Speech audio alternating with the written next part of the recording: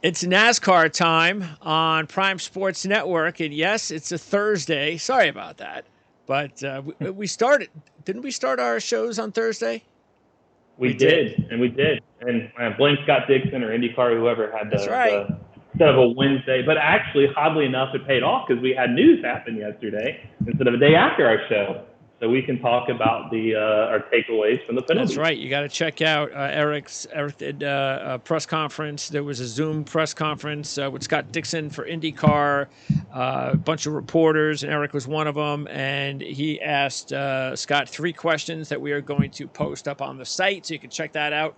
And because that was on Tuesday when we normally record the shows, since we're both busy on Wednesdays, we had to switch this week to Thursdays, but we are back and ready to go. And we might as well talk first about those penalties. So I don't know. I mean,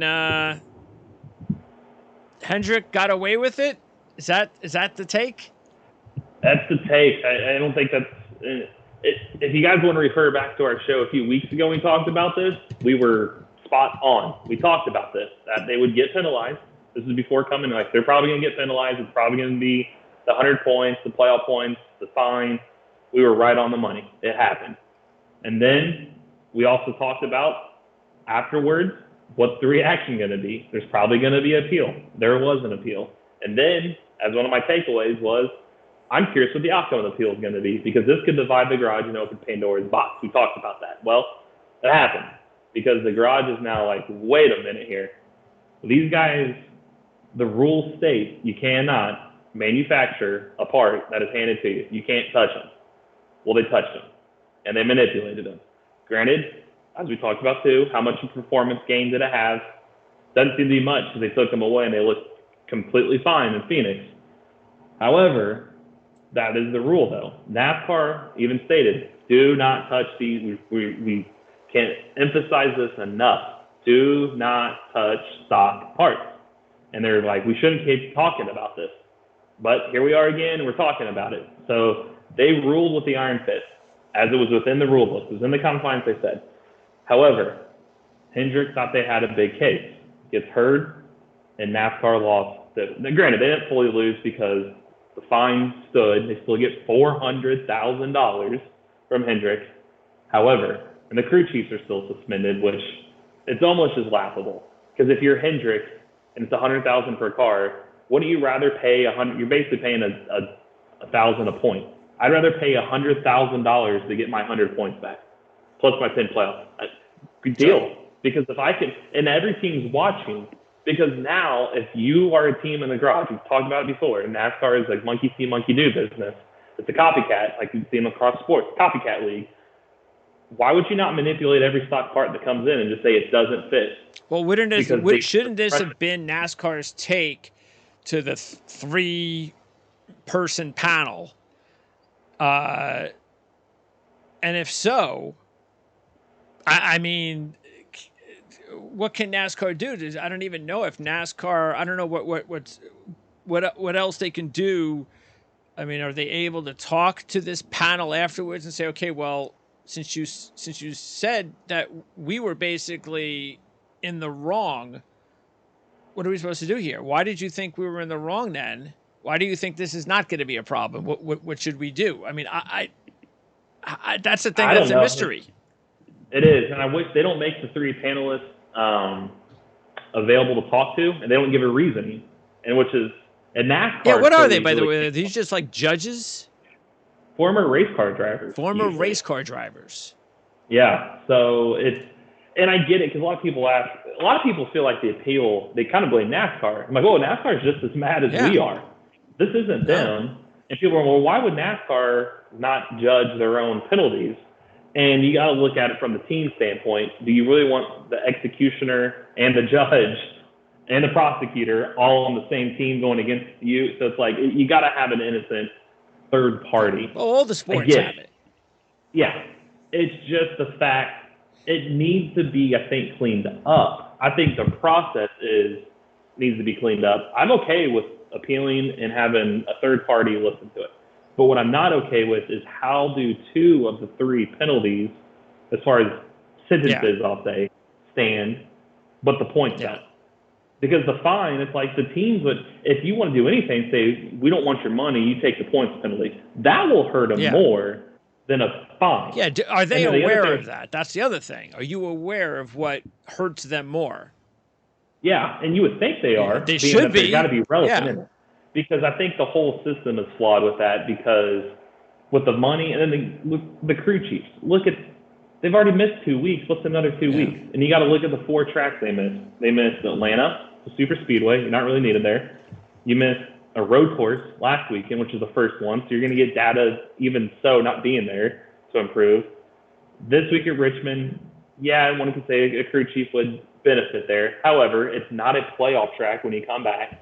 And the 4th race is Bristol dirt. There is nothing. Bristol dirt. So it's like, if that's why they didn't appeal the crew chief penalty. So let's just leave that alone. So you look at that standpoint. So you got those 4 races. So it's like, okay, well, they'll gladly take away the crew chiefs for 4 weeks. They'll gladly pay the money. It's the points, and they give them all back. So that's why I say it's if I'm in the garage area and I'm not like, oh, here comes the favoritism again.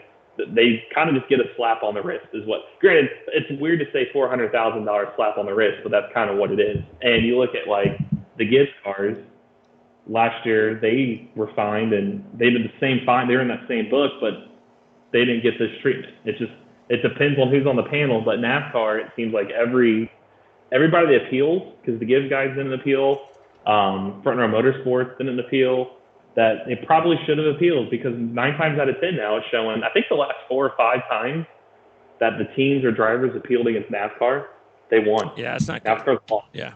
So it doesn't look good for NASCAR. I can see why they're mad, and it doesn't look good for the garage. It doesn't look good for the fans. So if I'm those teams in the garage, I'm probably going to start manipulating parts, which what happens when you start doing that? You start seeing the gaps between the big teams and the smaller teams again. Because the big teams are going to have the resources to find the areas to work in, and you open Pandora's box. Similar with Suarez, there's been a precedent to suspend or points penalties, $50,000 fine. Granted, it's a lot for a driver, somebody that hasn't probably made tons of millions at NASCAR, but he doesn't get suspended. He doesn't lose any points. He wrecked a car on pit road with an official there on purpose. Ty Gibbs last year got a 75-point penalty, or $75,000 fine and a 50-point penalty. And Suarez just gets a $50,000 fine and no penalty. So, granted, Gibbs, I could see repeat offender. I get it. Suarez is kind of out of character, but isn't a rule? Isn't a rule, and the punishment should be the same. That's how it's treated. Yeah, I mean, they're always going to take a look though at the experience of the offender and whether or not they've done this before. So I can get that, but they need to change the rule book, no question about it, because this is not. Well, yeah, and the fact too is like Denny Hamlin and colleague, they were in a Phoenix penalty. Their appeals will be heard next week, and Hamlin's got a case, and I think he'll win too. Is they said he manipulated the finish, and he's like, I didn't manipulate the finish. I took one guy with me, admitted it, but it didn't manipulate a finish. And he's going to point to Ross Chastain. Last Sunday, Dale Jr. talked about it on his podcast that one of the late race cautions, with all the shit show that happened, he spun, and he got taken to the back because he spun. But instead of going, he sat and waited and waited and waited and waited, forced NASCAR to throw a yellow. Pace car comes out. He magically started going again. Didn't that manipulate the finish? Didn't you call the caution to create all that chaos? And where did he finish? 4th. Because he manipulated that, to me, would be under the same ground. So I'll tell you what. There's a problem. Speaking of Dale Jr., and it might have been around the same time they were talking about it, when he admitted that they always had, like, I think he called it styrofoam. Yep. In the car. Back in, what was it, the Bud days, I believe? Yes, the Bud days. Yep. I've thrown it out there whenever you need it. Just the fact that he admitted that's like, excuse me, can we have like a longer discussion on that, Junior, please? Yeah. Let's not just skirt that through, please. Yeah, that's a big deal. Is. And he wasn't the only one. Of course not. They're all doing it. And I wouldn't be shocked if it happens still today sometimes with this. And he admitted that, NASCAR listening to the channels and drivers, even there's no debris, trying to call for debris, which makes sense. Some of these, where's the debris caution at? And it's just, well, speaking of cautions, so I thought it was also interesting that Dale Jr. was like, I thought that this race was going to be a lot faster without the stage breaks, but it wasn't, and I don't know why. It's like, Junior, you know what I mean? You don't know why. It's because of these we talked about this last week.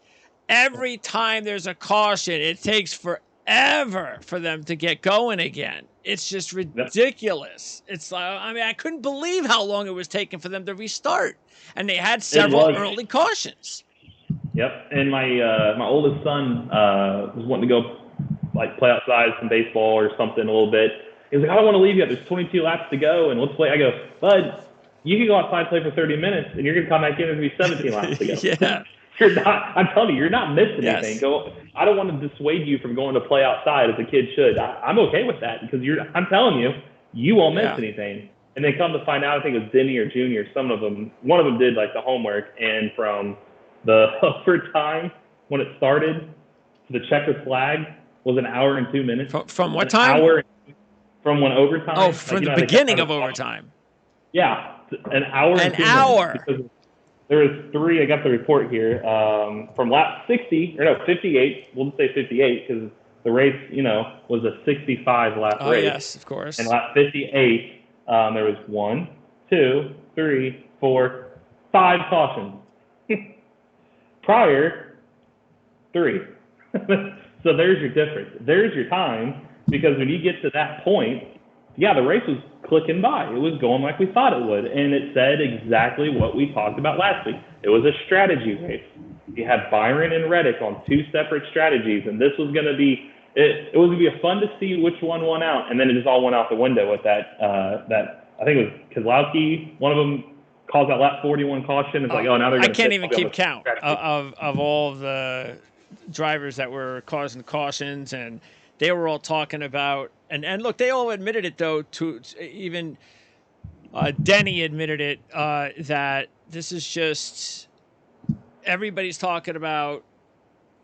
I'm the one getting hit, so why don't I just make sure I'll do it first? Yeah. And they showed, and you can see on the replay how Bowman was put himself smartly in front of, I believe it was Chastain, knowing, because he was on the inside, knowing that, well, I got to get in front of this guy and position my car a certain way, because if I don't want to be on the inside, because if I'm on the inside, Suarez, that's what happened in that circumstance. And of course, that's what started Suarez getting all amped up for the penalty that he would basically get called for. But and look, I think Denny made a good point on his show about maybe what they need to do is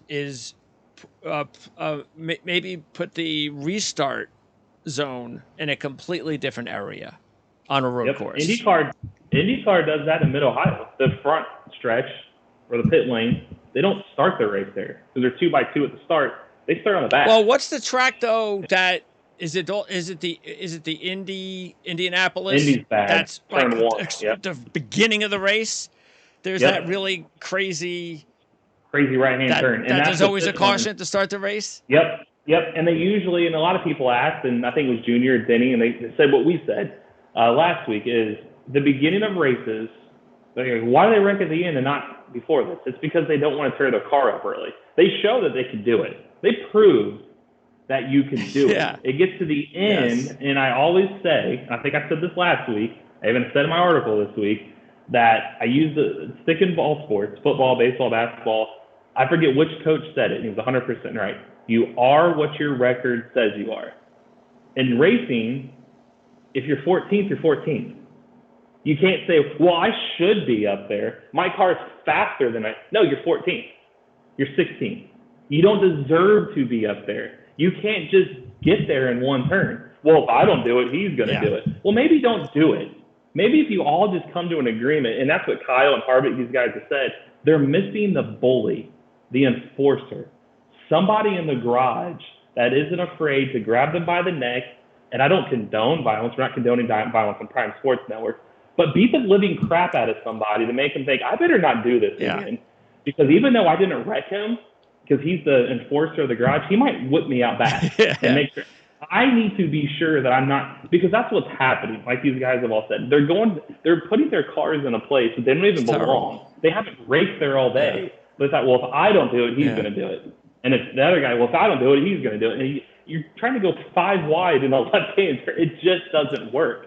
That's why they don't do it early and they take care of each other. But now it's just, they lose their mind. They have to put it in a completely different area on that racetrack. You have to. And I think there's 3 ways.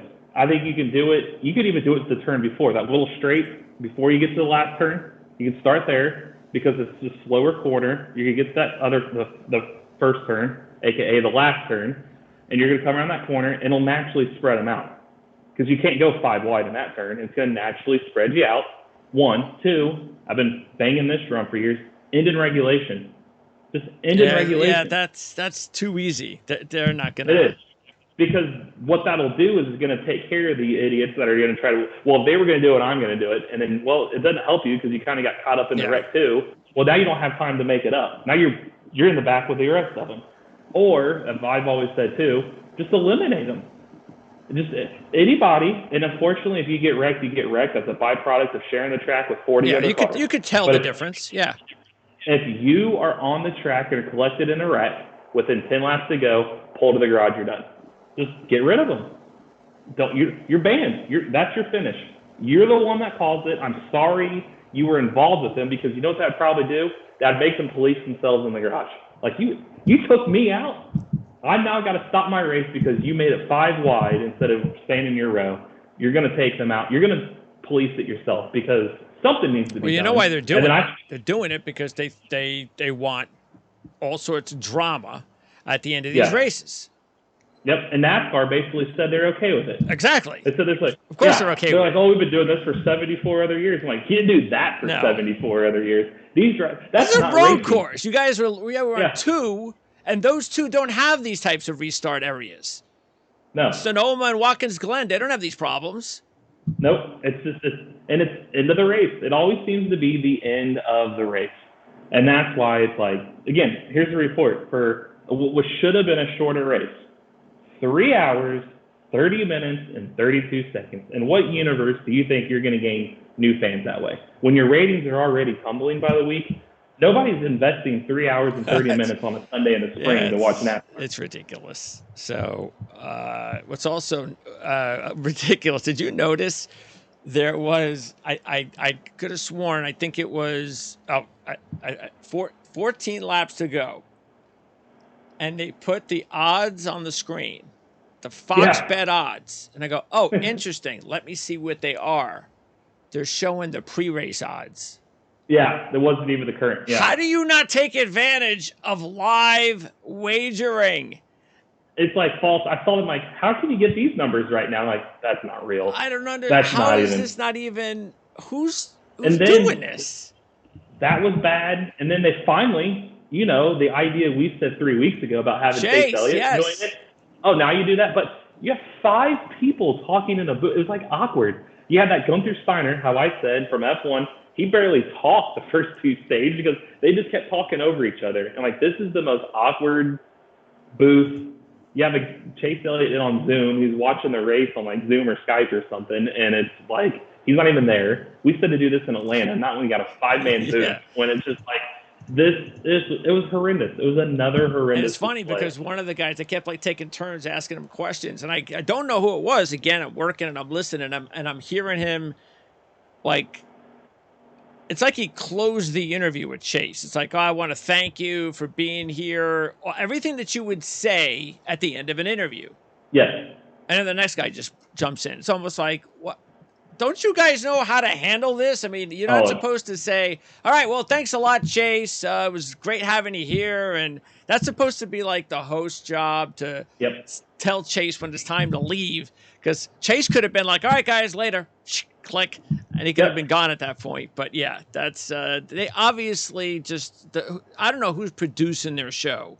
But it can't be somebody that knows what he's doing. It just can't be. It's bad. It's bad. And then I've never produced a day in my life, but I know if you're going to bring Chase Elliott in, maybe give Boyer or that Gunther Steiner, maybe give him a break.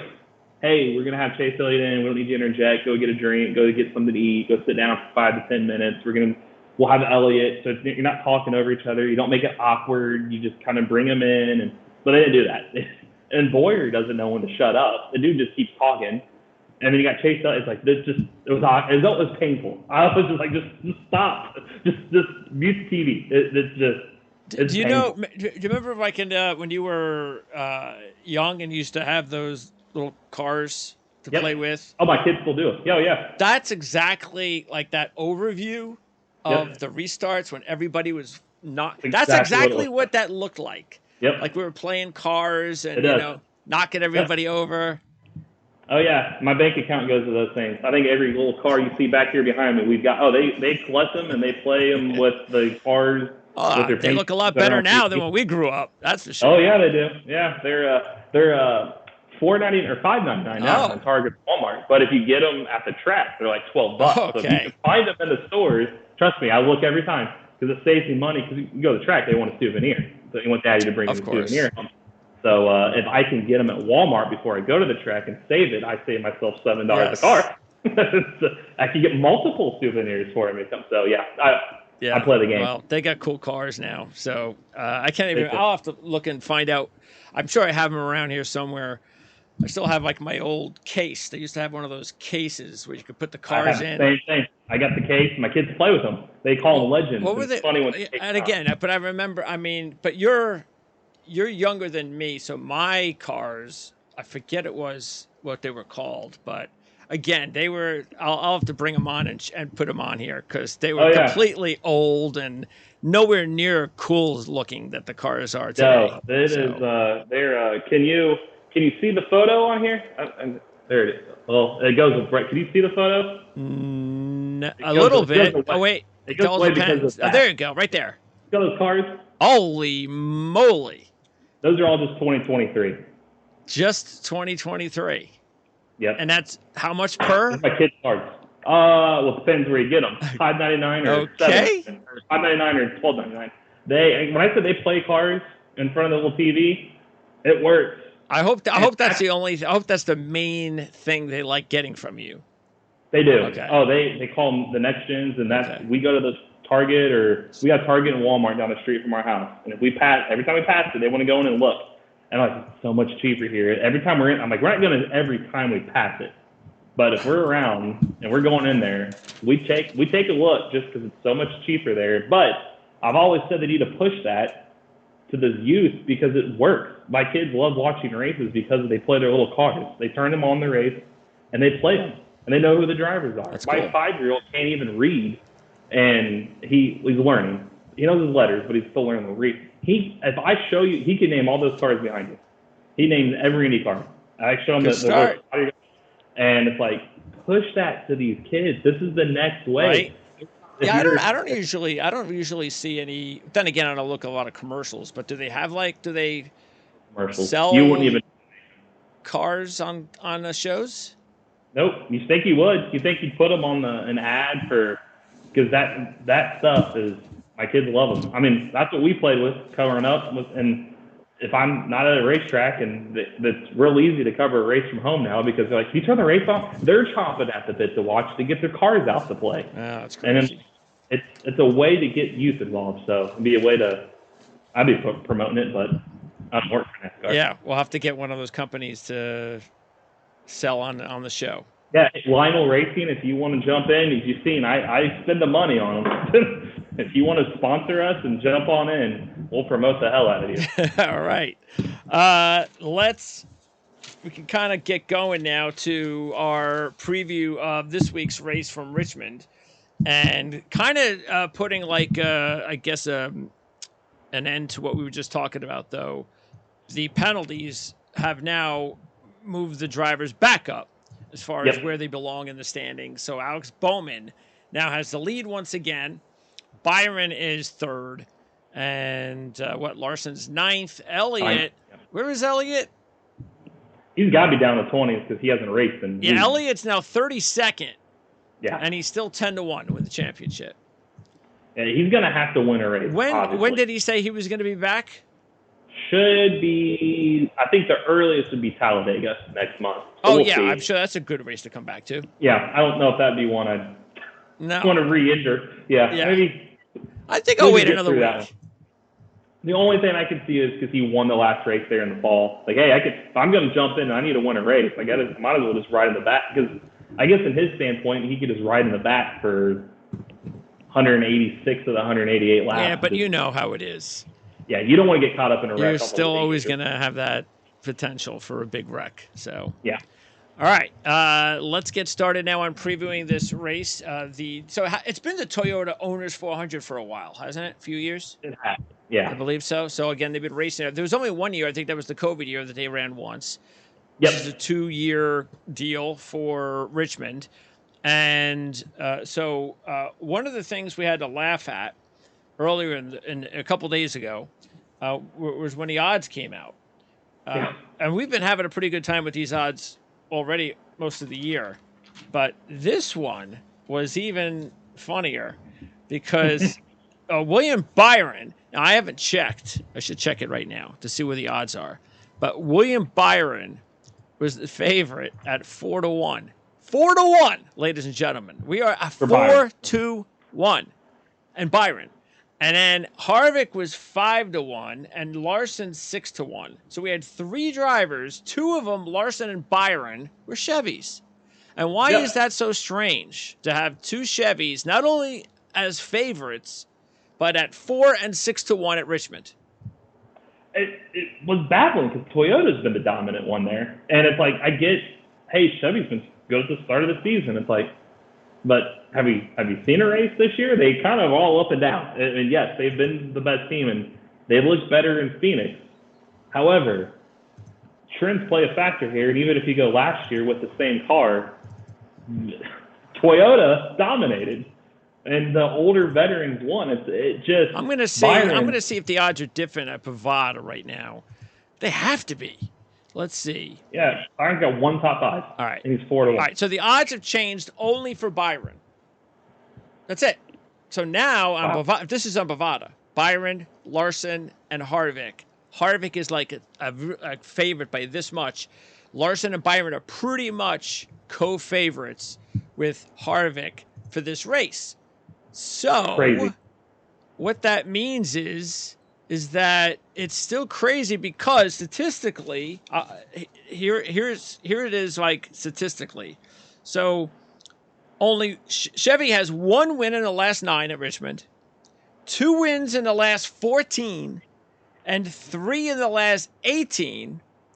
And they've had 5 winners since 2009. That's 14 years. 5 winners. Toyota, meanwhile, has won 9 of the last 14.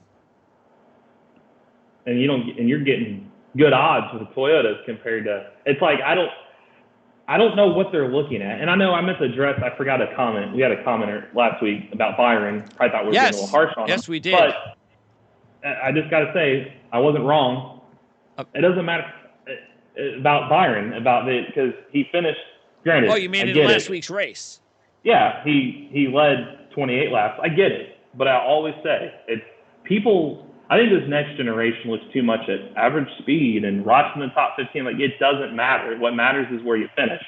He finished 5th. He still didn't finish. And he kind of admitted he didn't have the experience up front on a road course to win in the end. He still faded a 5th. Granted, with the rate restarts and stuff, but the better car won. Oh, no, everybody knows that, yeah. Yeah. But by the way, did you see Reddick went off as 3-1? Yeah. And that's because he was the fastest in practice and won qualifying. He was the one that was kind of hammering. He was my pick. We talked about it last week. That was my picked him again over the weekend. It was just too obvious. And Byron, it's not for being harsh on him. I don't have anything against Byron. It's just you got to look at what he does on these tracks. And yes, he won Phoenix. And yes, we said Phoenix could be comparable to Richmond, but it's not the end all be all. It's the odds. It has nothing to do against the driver. It's just the odds, and we'll go over that with these odds this week, which we've already started. But by the way, that viewer is Lewis Lynn. Yeah, so, thanks for the comment. Yeah, Lewis said, thank you guys, as always, for great content. Bold prediction, Byron will get at least 5 wins. That I could see. Yeah, and I think that if he has the type of season, that breakout season that it looks like, so far it looks like he's going to have. Yep. 5 wins makes sense. It does. I could see him in the championship 4. I could see him winning the championship. He could. This could be the year. Look at, and we saw it the next gen last year, and so far it's proven this way. You're going to ebb and flow. You're going to be good at the tracks you're good at, and you're probably not going to be necessarily good at the tracks you've been statistically bad at in the past. It's just, we've seen it. Nobody gets real momentum. You're not going to see a bunch of top 5s in a row. It just doesn't happen. And Byron, road courses just weren't his strong suit. And I think it was telling a lot that he ran the Xfinity race last week, is because they want to get him seat time out of road course. That's the reason they did it. And he finished 5th. 5th is a good day. That's a good day. Yeah, that's solid. And then you get into this week, and when we did our odds on Tuesday, which he said he moved to more of a co-favorite, but 4-1 on a driver with one career top 5 there. It's ridiculous. But now again, he's 6-1 at a regular sportsbook, which is still not where he should be. Lewis had another comment. Great content. I think you guys are sleeping on Byron, though. No one thought he would win Vegas, and he did. No one thought he would go back-to-back, but he did. Some people didn't even have him making the playoffs, but he's already a lock. I don't know about being a lock. Well, playoffs, yes, but I don't know why anybody would not have him in the playoffs. Yeah. But I can see why someone might go, yeah, I mean, I think he'll be a first-round exit or a second stage exit, whatever you want to call them, because of the fact that he hasn't really done much once he's been in the playoffs. But now maybe it will finally work out for Byron. And as you said last week, why shouldn't we think it's possible with Byron? Because of how young he is. Yeah. And how inexperienced. He's still a raw Cup driver when you compare him to a lot of other drivers out there, even around his age. It is. It's a grind. I mean, you hear about MLB seasons, NFL seasons. They're a grind. NBA, 82 games. He's big. I think it's hit him the hard way. He's like we talked about. He started great early in all of his years. He just always tails off. He goes through long droughts. And it's if he cannot do that. That's the thing he's got to do next. Because it's going to happen. Yep. When the time comes, and we'll reference it when it happens this year, when he goes to 3, maybe 4 of just really bad results in a row, that's when we'll be like, all right, remember what we said earlier in the year? Yep. How does he respond? And that's what separates, and I've talked to drivers about this for years. I even did a story about it a few years ago. What separates a champion from just another William Byron's been last year. Well, I'm not saying anything bad about him. I'm just saying is what separates the championship level is every professional athlete will tell you during the course of the season, you're going to hit adversity. It's not roses and glory the whole way through. You hit adversity. What separates a champion from the rest is how they respond. That's what makes you the champ. Look at the NCAA tournament. It's the same game every game. Somebody gets hot. They go in a little lull. The other team comes back. That's basketball in general. Yeah. It's just how it happens. Yeah. That's all racing season. Chase Elliott last year, he rattled out 5 straight top 2s. Then he went in a lull. Then he won again. Then he went in a lull. He still made the championship for it. It's how do you respond? Byron just hasn't responded. So we'll just see. He's going to have it at some point. And you got to look for him at some of these tracks.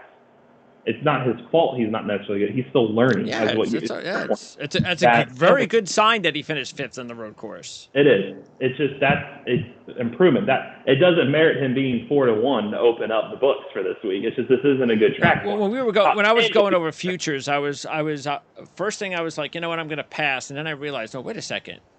No, I actually think that this could be his year.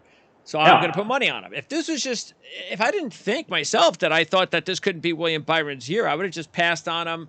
You know what? It's William Byron. He's done this before. But no, I think we all agree that maybe this is finally the year that we thought of a couple of years ago. I mean, we were all thinking a couple of years ago that this was the Chase Elliott. This was the guy that was going to be there to win a championship real early in his career. But again, that's the other thing is not everybody wins early in their careers. Everybody has a different cycle of when they need to mature or whatever the case may be. And you don't know what goes on in their personal lives as well. There's a lot of factors that go into it, but he's just totally in his wheelhouse as far as his age. He's well into the prime of his career as far as he's got a long way to go before we even say, well, he's he's only got a couple years left. I mean, William Byron's got like 10 years left. Oh, at least. So yeah, I like the 5 wins. I think that's a great take, and I'll even go further and say I feel if this trajectory keeps coming, 2, 3, 4 times series champion. I think he'll win multiple championships. If he gets to one at this age, yeah. Look at how well he's done in this. People look, he's in his 8th year, or he's in his 7th year. I forget exactly what year he's in. I don't have it right here in front of me, but he didn't start racing until he was like 15. Yeah. He's only been doing this for a decade. Yeah. And so you got to look at, he quickly got to the Cup ranks. He's still learning, and he's got a long runway ahead of him. And he's going to be in this car for a while. So it's like we said, can you turn the adversity to a positive? That's the only thing holding them back. And we look at the Richmond track itself. Only 2 of the last 9 winners started in the top 5, and no winners from the top row in the last 11 races. Since we haven't had a top row winner, front row winner, since Denny Hamlin won the pole and the race in 2016. That's 7 years ago. That's kind of strange for a short track. Well, this one's different. I had my preview this week is now that the way they do the impounds, and they do kind of the qualifying and then the impound at any race, you attack the track differently at Richmond. This is why it's a veteran track. This is why last year you saw the veteran track. 41-year-old won, 46-year-old second, and then 41-year-old Truex was fourth. In the summer race, 46-year-old Harvick won, 41-year-old Hamlin was there.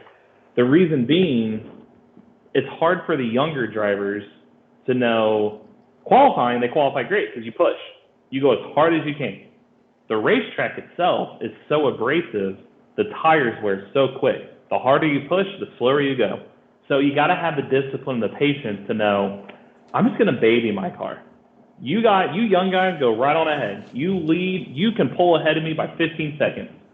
But I'm going to catch you in about 20 laps when you're going to come back this way.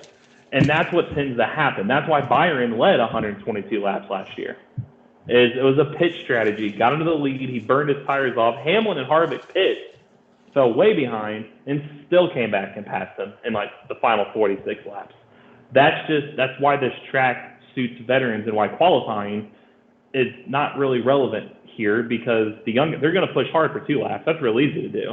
It's 400 laps when your tires are falling off. You got to have a really good long run car and really good about managing your tires. It's one thing to have your car set up. You also got to manage the tires over the course. And the veterans know what they're doing. So I don't expect anything different, especially now there's even less downforce. We saw Phoenix. There wasn't much passing, but they were slipping and sliding at least. Slipping and sliding does what? It degrades tires quicker.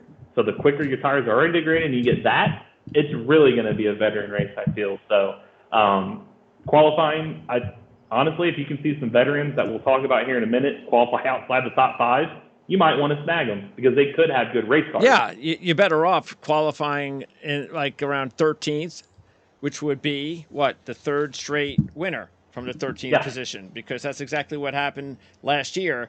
Hamlin and Harvick both started 13th and won the race. So that's really that's where you want to qualify, because your odds will be a little bit better, and then you can go ahead and grab the driver you like. So as far as our picks, we only had 4, and none of them were long shots. I would say Bell. Correct. Harvick? No. Ooh, Hamlin. Yes. I'm going to go down. Bowman? Mm-mm. It's got to be higher than it goes to Kyle? Yes. Busch? Then I think Truex yes. would be the 4th? Okay.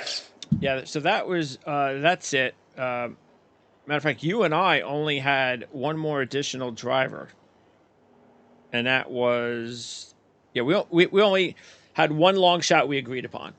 One. You and me. Dylan? No. I came close, but no. Busher? No. Is he not long enough shot? I'm trying to think of who else I had down here. Did I do Briscoe this week? I don't think I did. No, I did Suarez. Briscoe. Did I do Suarez? I'm trying to remember my picks. You didn't. Who was my longer shot? I can't remember now. Gibbs. I know we'll get to it. Oh, Ty Gibbs, Yeah. right there next to 80-1. I said Dylan. I just completely skipped the one right next to him. Yeah. So Toyota. I had to go that way. So we'll start with the Toyotas. Why not? They're the best. And Reddick came off the win. But unfortunately, Reddick doesn't perform very well here. No. And because of that, even though you're getting 18-1, which is the only good thing about it, I think there were other drivers right around 18-1 that I would rather go with myself, which is what I did. And as far as Wallace, you can forget him. Even at 50-1. But Reddick is now 15-1 as far as the championship futures. And after that sluggish first three race start, all of a sudden, third, fifth, and a win. So just like that, he's comfortable. See, that's what I was saying early on with Reddick. Why I didn't want to take him early. So I got to wait until he actually starts getting comfortable. And lucky for him, it didn't take him very long. It only took him 3 races. And last week he carried Toyota because we all talked about was his pace last year because of Chevy and he's running up to Toyota, or is he just that good and Toyota has always been that bad? And I think it showed. It doesn't matter what Toyota, he's just that good. Yep. This week, let's see if Toyota can carry him because Toyota's been this good there. Because you look at his stats, the best finish of 11. That's it. In 5 tries, 11, 20, 15, 12, 31st. Well, I mean, what do you think about that? Because we didn't talk about it now, but what do you think about that regarding moving forward? Because that was the thing. You remember, Denny Hamlin, and sure, he didn't race all that well, but that's just one guy. No. Hey, know, and look, it wasn't like there were a bunch of Toyotas up at the front. I'm not saying that. No. But still, he dominated in a Toyota. And we've also seen Christopher Bell has been pretty okay in the road courses last year. And, of course, we know what happened. He could have had a much better finish if you didn't get involved in the wreck like a lot of other drivers. But anyway, fact is, it's still not where they want to be. But now you can look at, hey, you know what? If he's really good on a road course, which Reddick and Bell are, I'm not going to worry about them at least for the next road course moving forward. Yeah, and I think he showed that Toyota can be good. I remember Hamlin saying that to the lines he runs, his style, when he picks up the throttle, the braking, it's just, Hamlin tried it and he was still 2 seconds off. Reddick just has a knack for it. So I think the Toyota car. Truex is the one that I would be, hey, dude, what's up, man? You used to be awesome on the road courses. Don't give me no Toyota now. I almost think with them, because they had so much success before this next gen, is they know what a car should feel like on a road course to win, and they don't have that feel with this next gen. They're too old. They're too mature. Yeah, there you go. A certain level of racing. They're looking for something that doesn't translate anymore. Where Reddick's young enough is like, I've got my style. It doesn't matter if it's a Chevy, Ford, or Toyota. I'm still going to the front. Because, he was the only one in COTA. And if you look, the next best Toyota was Ty Gibbs in 9th. And the next one after him was Hamlin in 16th and Truex in 17th. That's about what they did the year before. Yep. So that's where it's intriguing for this week, where we're asking, can Reddick carry Toyota? Is now, can Toyota carry Reddick? Yeah. Because Reddick's got a lot of 3 straight top 5s. It's, even the Xfinity days, he wasn't good here. Exactly. There's no reason to go at Reddick, even at 18-1. No. There's a reason it just baffles my mind knowing that they're looking at that and having an 18-1 despite having 3 straight top 5s. But Byron's got 1 career top 5 there and he was 4-1. It's the Chevy Hendrick thing. Yeah. It's, they're like the New York Yankees. Yep. And by the way, I don't know what kind of mind game Bubba Wallace is playing with himself, but it's a bad look. So enough of the I need to be replaced nonsense. Because, you say that enough, you're going to. What's that? I think you say that enough. Exactly. I'd be like, one more time. Head, like you said, stop saying, you got to have, this sport is told you've got to have confidence, momentum, and he basically is admitting he's got none of it. And it doesn't help, and we said this last year when Kurt was winning, and Kurt was running well. How much pressure is this going to put on Bubba? Well, Kurt took, 10, 11 races, and you won at Kansas, and he won. Reddick is, 6 races in? He's already won. It took Bubba almost a full season to finally get a win at Talladega. So they're putting pressure on him. So I can see where he's feeling it. Should be. Yeah. This is because we said at the beginning of the year he's gotta do better. And if he doesn't, it's time to look for someone else. This is where the respond to adversity thing for him is. The car has proven they could win. It's time for you to step up. But instead of saying that stuff, you should come out with confidence. I'm not saying he's Tom Brady. I didn't like Tom Brady. He's a Colts guy. But the dude knew how to win. If you put it, that's why you never wanted to play Brady or Belichick coming off of a loss. It doesn't matter whether they're playing an undefeated team or not. They were going to come out and beat you. They hated losing that bad. There wasn't no woe is me, pity parties, I should be replaced. They just came out and beat you. Wallace doesn't have that instinct in him yet, and that's what's holding him back. And that's coming to a track like this for him and saying those comments last week, not going to. No. No reason 20. to take him. Get a top 20. He shouldn't even be 50-1. He should be 80-1. It shocked me again. Austin Dillon, which we'll get to, who was Red's teammate, was so good there, and he's 80-1. Yeah, and Bubba's 50-1. No. Yeah. Speaking of more Toyotas and Christopher Bell, so Bell, one of the 3 we all have, and Bell is actually my top pick. So I've invested 30 of my 100 on Bell, and he's at 7-1. So for me, that was the line I was going to draw as far as the odds, because we haven't even talked about Harvick yet at 5-1. So you had Larson and because Bell wasn't that other guy, the other guy was Harvick. That was the 3 top guys. But I just felt Bell was that we'll get into Harvick later, but Bell was that line for me. And then I know he had the bad result, and he's had a couple of bad ones, but things are going well for him. And in this particular racetrack, he has been really good in the Cup Series and absolutely awesome in the Xfinity Series. And you combine those two, and it's like, come on, man. Plus the fact that he's off to a pretty good start. Yes, I'm happy I'm getting 7-1, because if there's a driver that if they would have put at 4-1 being Christopher Bell, I'd be like, well, yeah, I'd still like maybe a little bit better. I don't think any driver nowadays should be 4-1, but I'd be okay. Yeah, I'd say. Okay. I mean, 3 wins and 4 starts in Xfinity, 120 laps led, 67 laps led, 32 laps led, 238 laps. 457 laps in 5 races. And then you look at Cup, the last 4 finishes, 4th, 3rd, 6th, 2nd. And then you look at the season, 4 top 6s in 6 weeks. He's 7-1. Toyota strength. He's in a Toyota. He was a dirt guy, so he kind of knows how to handle a car with tires being shot out and getting loose in corners. It just adds up to what I feel honestly, I'd put him as a favorite, if not the favorite. And Phoenix, he was 6th. So he should be the favorite. Yeah, 7-1 is a very big bargain for him this week. And then you have, and by the way, we mentioned Gibbs. So I know he's young at 80-1. That's the only reason I put a couple of bucks on him, because we're always going to look for a couple of guys, and Gibbs was one of them. He's only raced twice in Xfinity Series. Both were very good runs, including a win last year. The other race happened in 21. Look, I don't think he's going to win, but I just want to have someone. And again, that's why Dillon was another guy I was thinking about, but I kind of just leaned towards Gibbs because of the Toyota and just the fact that, there could be some, and it's a short track. So, you could get a little bumper. You could get some cars banging it.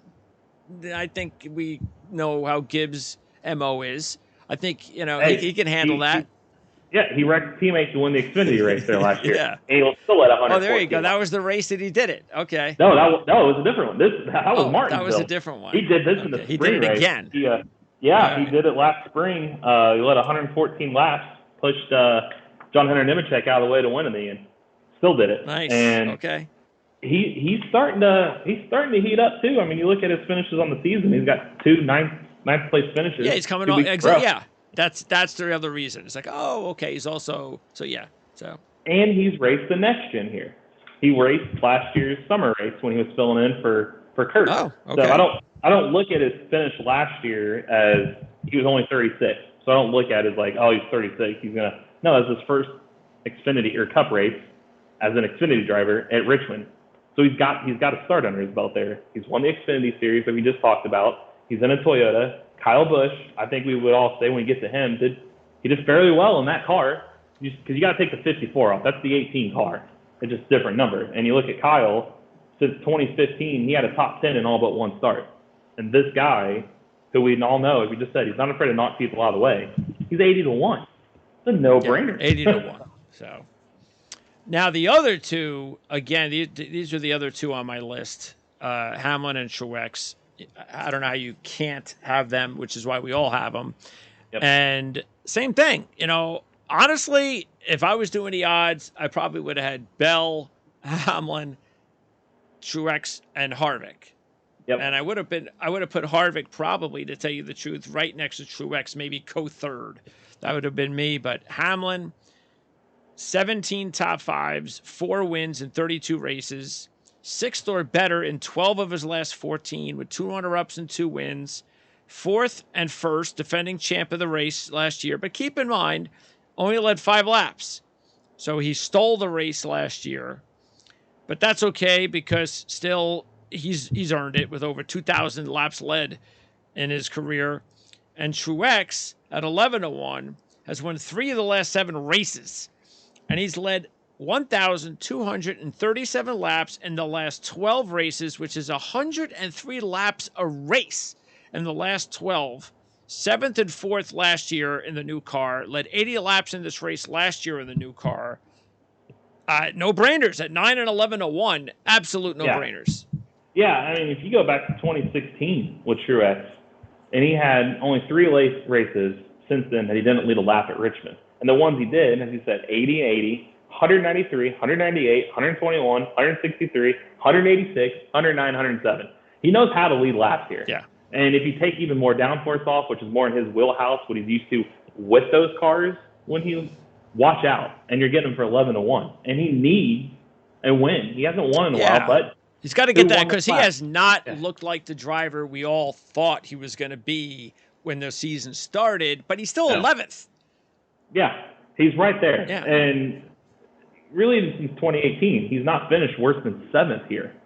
And you get him for 11-1. Yep. So that was a no-brainer there. And Hamlin, even look at his laps led. In 2021, it was ironic that he won this race last year, leading 5 laps. Granted, it was pitch strategy. They dominated. They were the top 5 in the stages. The Toyotas were every stage. But the reason he didn't lose many laps, he was just sitting there biding his time, saving his tires. They pit towards, 40-some to go, and he ended up winning that way. The year before, he led 207 laps in the spring race and 197 laps in the summer race, and he finished 2nd in both. But it's just funny, the one he leads 5 laps, he wins. Yeah. But that goes to show you, still, the last 5 races, he's led at least 5 laps at Richmond. And he could use a win.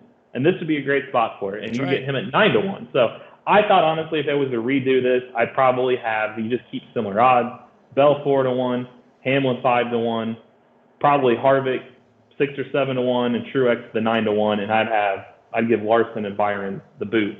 Those would be the only ones I'd have in single-digit odds. Now we could talk about Chevy, but we're going to start with Kyle.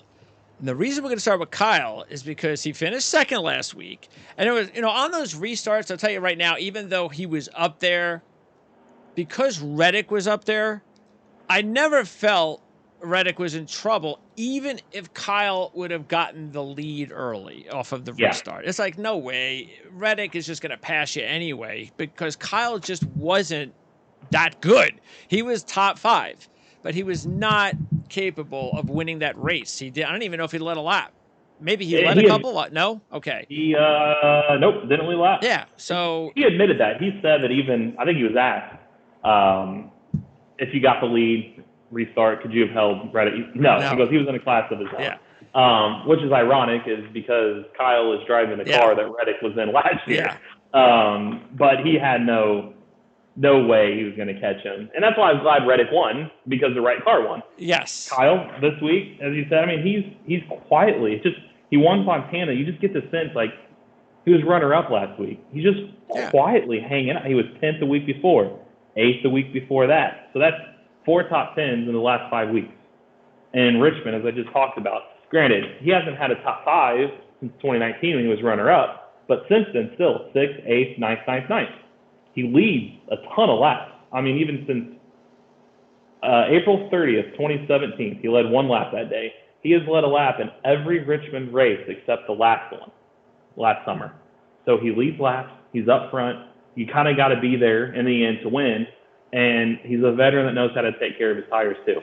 And he's with the Chevy. So if I was going to go with the Chevy driver, I'd go with him. That's the thing. Over Byron or Larson, and you get him for 12-1. Well, that was it for me. If Kyle was 9-1, which, to tell you the truth, I'm actually shocked that with his reputation, that like Byron and Larson are only there for reputations. I'm shocked Kyle, his reputation didn't have him at 9-1 or whatever. If that was the case, I would not have touched him. But at 12-1, I was like, well, come on, man. I'm sorry, but this is the game I'm going to play. You want to go ahead and overprice. Look, because again, I think Harvick's overpriced. I do too. The only reason I did not play him. The only reason. But Kyle at 12-1, I mean, come on. He's got 10 straight top 10s with a runner-up and 2 wins at Richmond. Just an absolute no-brainer there. Yeah. I mean, I just don't. And he was 8th at Phoenix, so the top 10 at Phoenix. And granted, stats probably show he's going to finish between 8th and 10th because 8th in Phoenix and 8th, 9th, 9th, 9th, his last finishes there. But as you also talked about, some of these younger guys are going to take themselves out of it. Somebody's got to capitalize. Hamlin did last year, and you give him for 12-1. And plus, I'll segue into his teammate, 80-1. It's not like his teammate's bad there. No. His teammate has been, he was, in 2020, he was a playoff guy. He's surprised there. He was 4th. He's got 7 top 11s in his last 8 at Richmond. He was 10th in this race last year. And you get him at a price of 80-1. Yeah. That's Kyle's teammate. So, the RCR has had good cars there. So Kyle, I don't see him as going backwards to be an RCR there. No. So, and I think it'll elevate maybe even someone like Austin Dillon to bounce some setup ideas. Yeah, he needs to have a good race, because the only reason I decided at the last second not to take him and take maybe, say, a Chase Briscoe is because we did this before with Dillon. I forget what race it was. Maybe Fontana, Vegas, maybe? I think it was Fontana. Fontana or Vegas, yeah. No, well, he did finish 9th there, so I don't know if I remember it was a race. Might have been Vegas. He used to run good there. Yeah, it was where if you're going to take Dillon, this is the week to take him, and he did nothing. And because of that, I kind of look at the same thing you're looking at. 6 top 12s in his last 8. You mentioned the race in 2020. He finishes 4th, leading 55 laps, which is really the only laps he's ever led at Richmond. And he's also good in the Xfinity Series over his career. So look, I'm limited to $100, so it doesn't mean I'm not going to put a buck on him in my own way. So you have 80-1 was that's why I went history. It makes a lot of sense. I just feel like if somebody's going to, we've seen weird guys still win. Austin Dillon the pitch strategy, something you never happen. know, sure. And with Kyle, the addition of bringing that to your team, he could elevate his program. Yep. So if he did that without Kyle, you talked about with Reddick that car. Yes. And now you're giving him a guy that can give him even more feedback to go up. That's what I felt, which we'll get into later with Briscoe. Yeah. He's got Harvick. Exactly. And he actually won Phoenix before. Yeah. So I was like, you know what? I'll put a couple bucks on Briscoe, who actually raced fairly well on the track last year, even though the results didn't say that. Trackhouse, you got Chastain and Suarez, and they had a little bit of a talking to afterwards. But Chastain. Now, last year in August, the last time they raced here, he led 80 laps and did not finish in the top 10, by the way. He does have 1 top 10 in 8 races there, which is not all that great. But he performed well in the Xfinity Series over his last 4, so that's good. When I decided to put a little bit of money on him, even though he's a Chevy, it's just because of the odds. I felt at 18-1, leading 80 laps in this race last year. Well, okay, I could see this is a track that should make sense for a driver like Chastain, so maybe he just needed a little bit of Cup experience. And I just couldn't pass on him at 18-1 unless he's going to a track where he has had no history in any way, shape, or form. And he did. He was okay in this race last year. Yeah, and the only thing that scared me with him, I almost did at 18. I was like, it was down to him or Bowman, and Bowman's won there. That's the only reason I want him over Chastain. But Chastain is sometimes overly aggressive, and that hurts the tires. So that's why the 80 laps didn't translate, because he led early. But he's got to learn. We'll see. He's got to learn. His teammate, not the week for Suarez. Just not a good track for him. He actually might be, if you want someone in the top 20, he might be good, because he's finished in the top 20 10 of 11 times at Richmond. But he's never led a lap, and he's had just 3 top 10s, and not really much success in the Xfinity Series. So, even at 35-1, he's had better racetracks. Yeah, I feel like he should have been farther back to entice me. But, he and those two of his 3 top 10s were with Gibbs, who we talked about, Toyota, who was so good. If I was going to take a Chevy, RCR over Trackhouse would be the direction I go with them. The only reason I'm going to talk about Spire is just because Corey LaJoie finished 11th.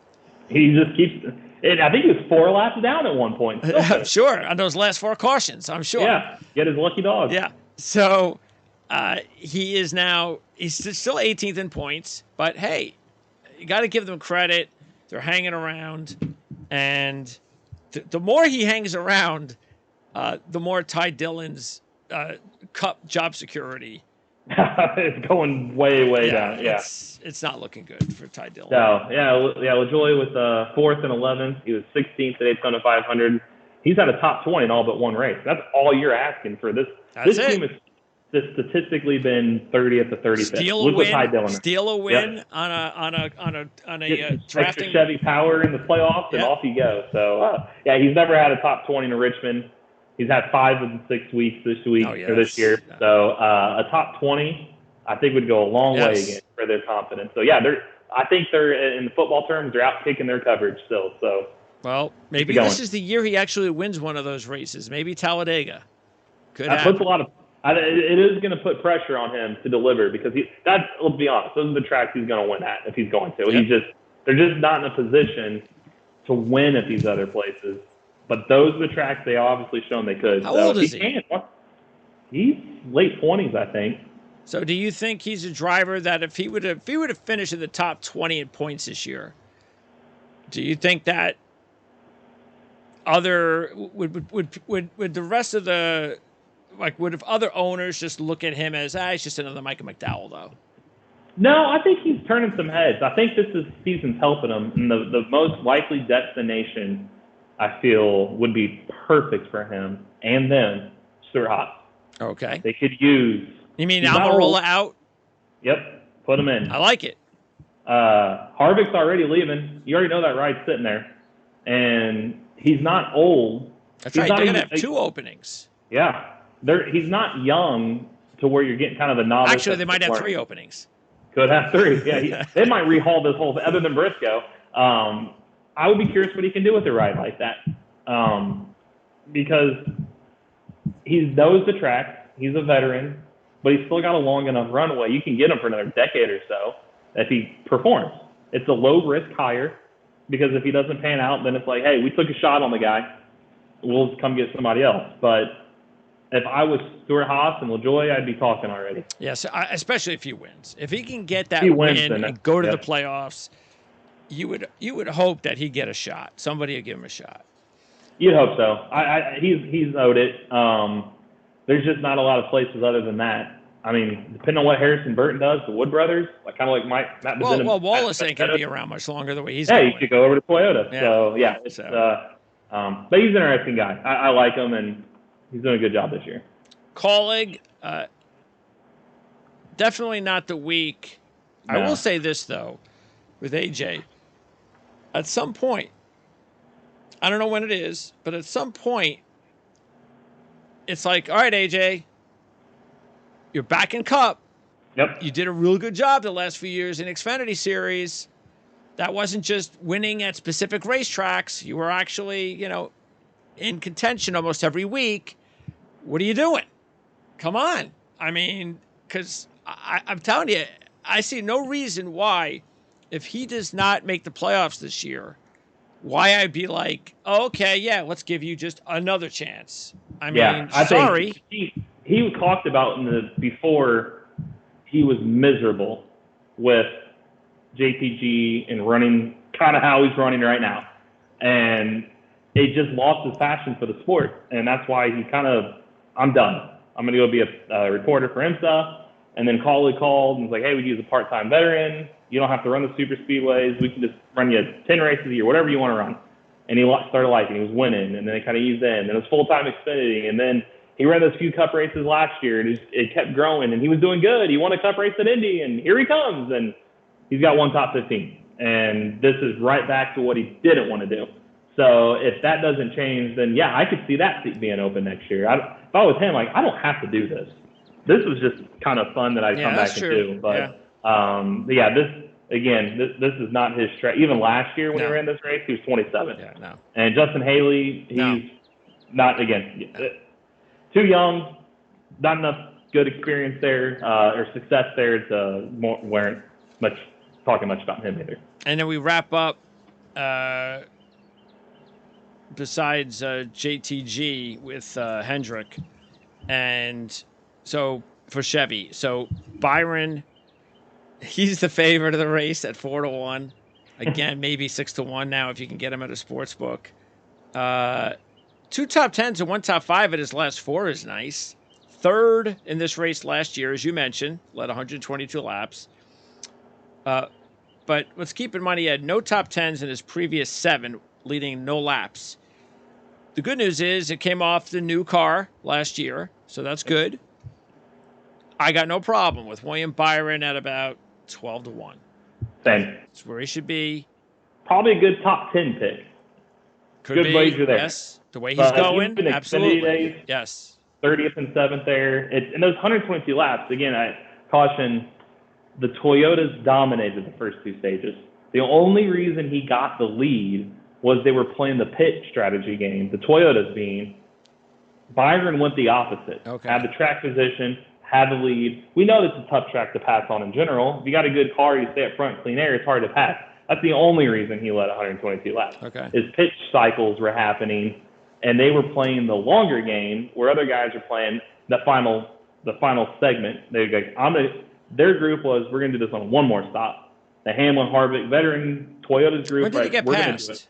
Like 30 to go or something like that, or 20? Something like that. Yeah. No. It was inside. I think it was inside 10 to go. Like, yeah, so look, I mean, they took a chance and it was a good gamble. It did. It got him to third. Yeah.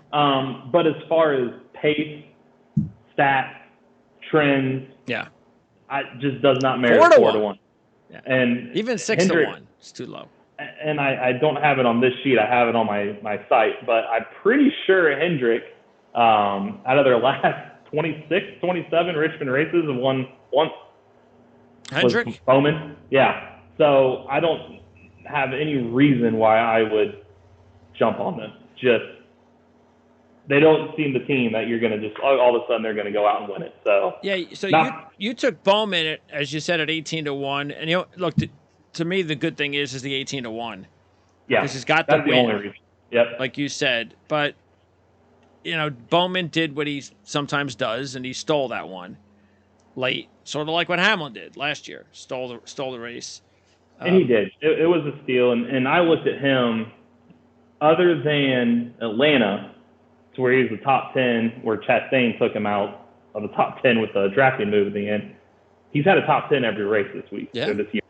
That if he's in the top 10, late race caution, they gamble. But I also caution too. I was saving this when we got to Hendrick. We talked about the penalties, and I mentioned one of the penalties that was stood. They don't have their crew chiefs this weekend. This is a week that I think it might expose them because your car is going to fall off on a run, and you got to have the strategy call in the pit box, and you got to have got to think quick. Adjust the car, what they're liking. The only one of the Hendrick guys that has Byron. Hey, you know what really sped him up? When he got Rudy Fugle. That's when really last year we saw early that was his Truck Series crew chief, came back, and they've worked well together. Rudy's not there this weekend. He's suspended. Bowman, his crew chief for the last several years retired at the end of last season. That's his crew chief. That's his interim crew chief. So they've already worked together here before. Okay. They're the only tandem in the Hendrick camp that has. Like, well, they've won here together before. Okay. Greg Ives knows what Ballast Bowman needs, where the other three are just kind of guessing. 18-1, he'd be the one I'd guess out of that. So I think that the crew chief factor is going to play a role with them this weekend. All right. Larson at 6-1, another low odds race for Larson. Better than some other tracks. Definitely, where his odds didn't deserve to be this low. That's because he won this race in 2017, runner-up, or he won here in 2017, runner-up in 2016, but he has had only one top 5 in his last 8 races, with 19 laps led during that time. And when he led 53 laps to win in 2017, since then, he's only led 39 laps. Well, really, if you look at it, he's only led 39 laps in the other 15 races that he's had here. So he's really only had one good race and a couple other decent races, and it hasn't really happened in a while. His 5th place finish last year was he was just up. He was never. It was a pitch strategy. Yeah, he was never going to win. The firing. Yeah. So. And I caution too, the success he had there was with Ganassi. It wasn't even with Hendrick.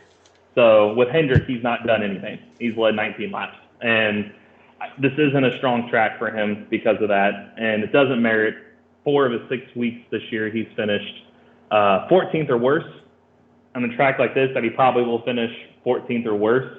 6-1 was just, I don't know why. I have no idea how you can put him 6-1 over Christopher Bell, who we talked about was leading so many laps and won 3 of his. I just can't fathom how he has better odds than Christopher Bell. So it's early in the season when you look at, you just mentioned Larson, who has 2 results that are in the top 13, both top 5s, no wins, and he's 9th in points. Stage points. There you go. So, Ricky Stenhouse finally got something going. Yeah. With that road course top 10 last week. And we all know why that probably happened. Well, everybody takes each other out in the very end. So, and he doesn't have anything this week either. No. Legacy, the last of the Chevys. You got Jones, unfortunately, hasn't really. He had a pretty good showing in Xfinity, but it hasn't translated to the Cup Series. And Gregson, 24th here last year in the Cup Series in August. But as we've been saying all year, with these two, they're just not. Neither one of them are doing much. And Gregson too is not. I mean, he's been a little bit better the last couple of weeks, Gregson, but even though he won this race in the Xfinity Series, you have no hope that he's going to translate any of that to the Cup Series yet. No, I think their morale they even qualified well last Saturday. Both of them in the final round. And you look at the finishes, and it's just Jones 23rd, Gregson 20th, Johnson first lap out of the race. It just, you feel like it just deflated everything on Sunday. So this isn't a strong track for him in Cup. That's why I would just punt on both of them this week. Just, there's no number. I don't care where they qualify because, again, they can qualify well. They even showed that last week. It's the finish, and they're just not doing it. So I'd punt on both of those guys. Let's move to Ford, and we'll start with Buescher and Keselowski because Buescher had a solid 8th last week, which was good for him. And we know that they've both been racing pretty decently so far. Keselowski 12th in points. Buescher was 3rd here last August. So you got to keep that in mind. And you put a little money on both of these drivers. Keselowski's got 2 wins in his career, top 15 at both races last year. So why did you go with both of these guys? They're good on age tracks. Buescher, remember, right, even before Keselowski was with Roush, Darlington and Atlanta were really good tracks for him. Richmond's another track that's aged, and you said he was 3rd in the summer race last year. They look better than this year. Keselowski, top 15s in a down year for their performance last year. He still got dual top 15. Their short track package was pretty good towards the end of the year. We look at they did decent in Phoenix. They both dominated Bristol. I'm not saying Bristol's gonna translate to this, but at least their short track package did. I think we saw there were some changes with the short track package for Phoenix. Some of the advantages there are not for Ford. Might have gone away a little bit, but it's not like they were bad. And Keselowski was one of the few drivers who actually lead laps for the Ford camp in Phoenix. So I just feel like they're ascending, and this was a good track for him when he was with Penske. I just look at towards the end, they weren't quite a championship threat. I know they made the Final Four in one of those years, but then to come and have finishes on par to what he was with Penske in the end of the years with Penske, and this team's better. Yeah. And you get him for 25 to 28 to 1. I thought, yeah, no brainer. It doesn't hurt for those odds to gamble on them this week. Okay. McDowell 250 to 1. They haven't really been able to get going yet, so nothing to talk about there. Todd Gilliland, by the way, finished 10th last week. Yeah, he's got another top 10 for him. And actually, he was 15th in Atlanta, so he's surging. But this isn't the week for that. I mean, McDowell has not finished better than 25th in 2019 and hasn't had a top 20, which was the 16th place around in 2017. So if he hasn't done it in that, there's no way Gilliland's doing that in there. Stewart Haas, Kevin Harvick, 5 to 1. I couldn't do it. What was he last year? I don't have it in front of me. He wasn't. Last year in this race, double digits, wasn't he? Kevin Harvick was 20 to 1. Yeah, that's what I thought. All right, and I'm pretty sure didn't we take him? We did. Yeah, so I'm sure we won money on him last year. Yeah. But not at 5 to 1. I'm not going to 5 to 1. I understand a little bit because he's off to a good start. 17 top 5s in 43 races with 4 wins. His average finish is 9.7 in 43 races. When he won last year, he led 55 laps, and he finished second in the other race. So first and second, very impressive. Yep. I can't go 5 to 1 though. 5 to 1 was steep, and because I want to keep getting my wins. That's the only reason I took him. It's like if I don't take him and he wins, then I'm out $100 more. That's the only reason. It's because I built so much of a hole I couldn't gamble by not taking him. That's the only reason. Because 5 to 1 steep. To go from 21 to 5 to 1 was, but it was his finishes. It's the veteran presence. Phoenix. If that caution doesn't come out for Harrison Burton, he probably wins. Even the dominating day for Hendrick. Yeah. And also at Phoenix, which is a light track, 20 consecutive top 10 finishes there.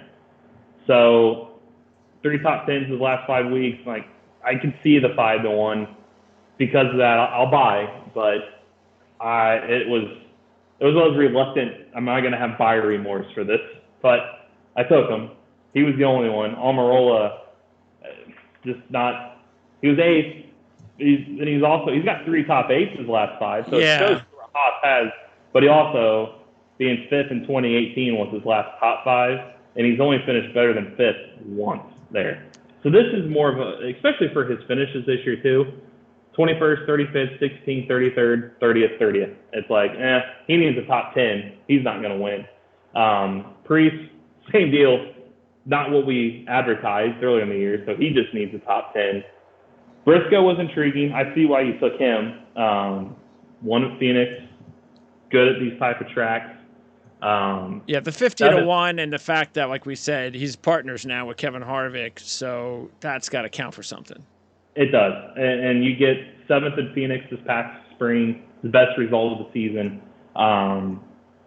Him and Harvick would be the 2. Harvick's steep at 5 to 1, but the other 2 outside of Harvick and Briscoe would be tough. Yeah, just looking here, I was the only one that had Harvick last year at 20 to 1, and there was the Federated Auto Parts 400 race in August. Yes, that would have been the August race. And in the race, the Toyota Owners race, Denny Hamlin won that. CJ and I picked Hamlin. No, you and CJ took Hamlin. I had Harvick finishing second. So we've been pretty successful, or at least last year we were successful in this race. And we all hit Chastain. Chastain last year. Yeah. And then this year we all hit with Reddick. So, Yeah. all right, moving on. The last group, Penske. And the reason I put money on these two is because of the odds at 16-1. I was going to go with just Logano. The reason I went with Blaney and Logano is because Blaney, I'm looking at this as he's starting to learn now finally to race at Richmond. He has finished 11th or better in his last 4. He led 128 laps from the pole last year, both top 10s. So I think that's going to bode well for him experience-wise. And he's 16-1. He's not usually 16-1. No. And Logano was not usually 16-1 either. I thought this was a bargain considering he led 222 laps in August when he finished 6th. And he's got 10 top 5s in his last 17 with 2 runner-ups and 2 wins, including all 651 of his laps led during that span. So because of those odds, and I also threw a buck on Hendrick at 100-1 because he's gotten better each race in the Cup Series. He has 4 top 5s, 2 runner-ups, and 7 Xfinity Series races. I figured, yeah, why not? I'll go across the board with Penske this week, but not to make money, just to kind of get it back, pretty much. Yeah, that's exactly what you'd have to do with it. I mean, Hendrick was eye-telling at 100-1. That for a Penske guy at 100-1, that just seems a little disrespectful to him, having with Eric Jones and Allmendinger. Granted, and he said he was 12th in the summer race, so he was getting better. The only thing that concerned me about the Penske guys were because Richmond and Phoenix for both of them kind of corresponded well. So Logano, as you said, did. They did not do very well at Phoenix in March.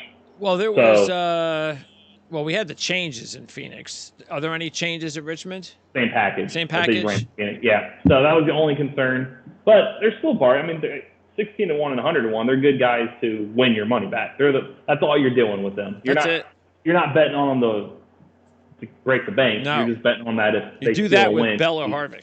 Exactly. Those are the guys you just win money back. So yeah, they're positioned well. It's just as baffling where the Hendrick guys weren't. But those two are positioned very well.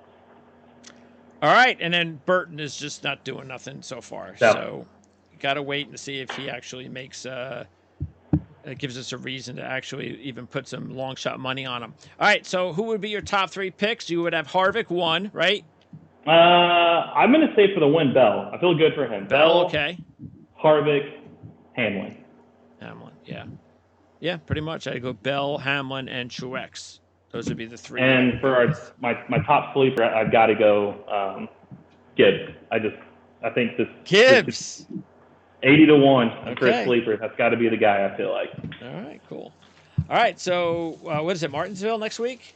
No, it's Bristol Dirt. That dirt nonsense. Yes, Bristol Dirt. Yeah, we're going to have a fun time talking about that crap next week. Yeah. And then Martinsville, and then Talladega. Yep. Don't forget we have our live show. Yeah, we're plugging right away now. Now we just got to get through these next few weeks, and then it's really going to start ramping up.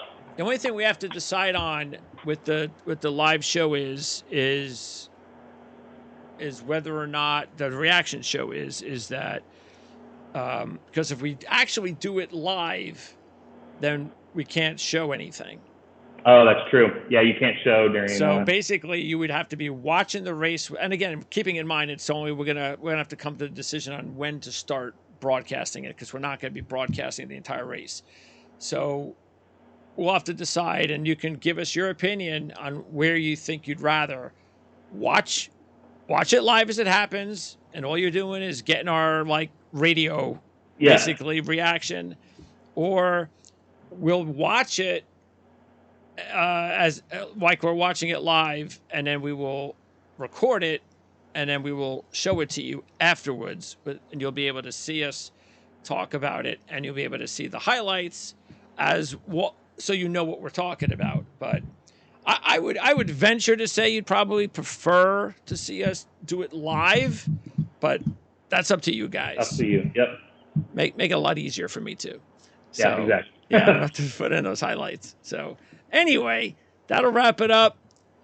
Dirt nonsense next week, and we'll see if we get any more penalties. Yeah. this week? Hope not. Yeah. What's just, can we get a week where we talk about like, hey, On track. it's quiet this week? Yeah. That's what we need. No penalties. Let's just talk about the race. Let's just go. Exactly. All right, Eric. Thanks a lot as always. I'll talk to you next week. Sounds good. Later, guys.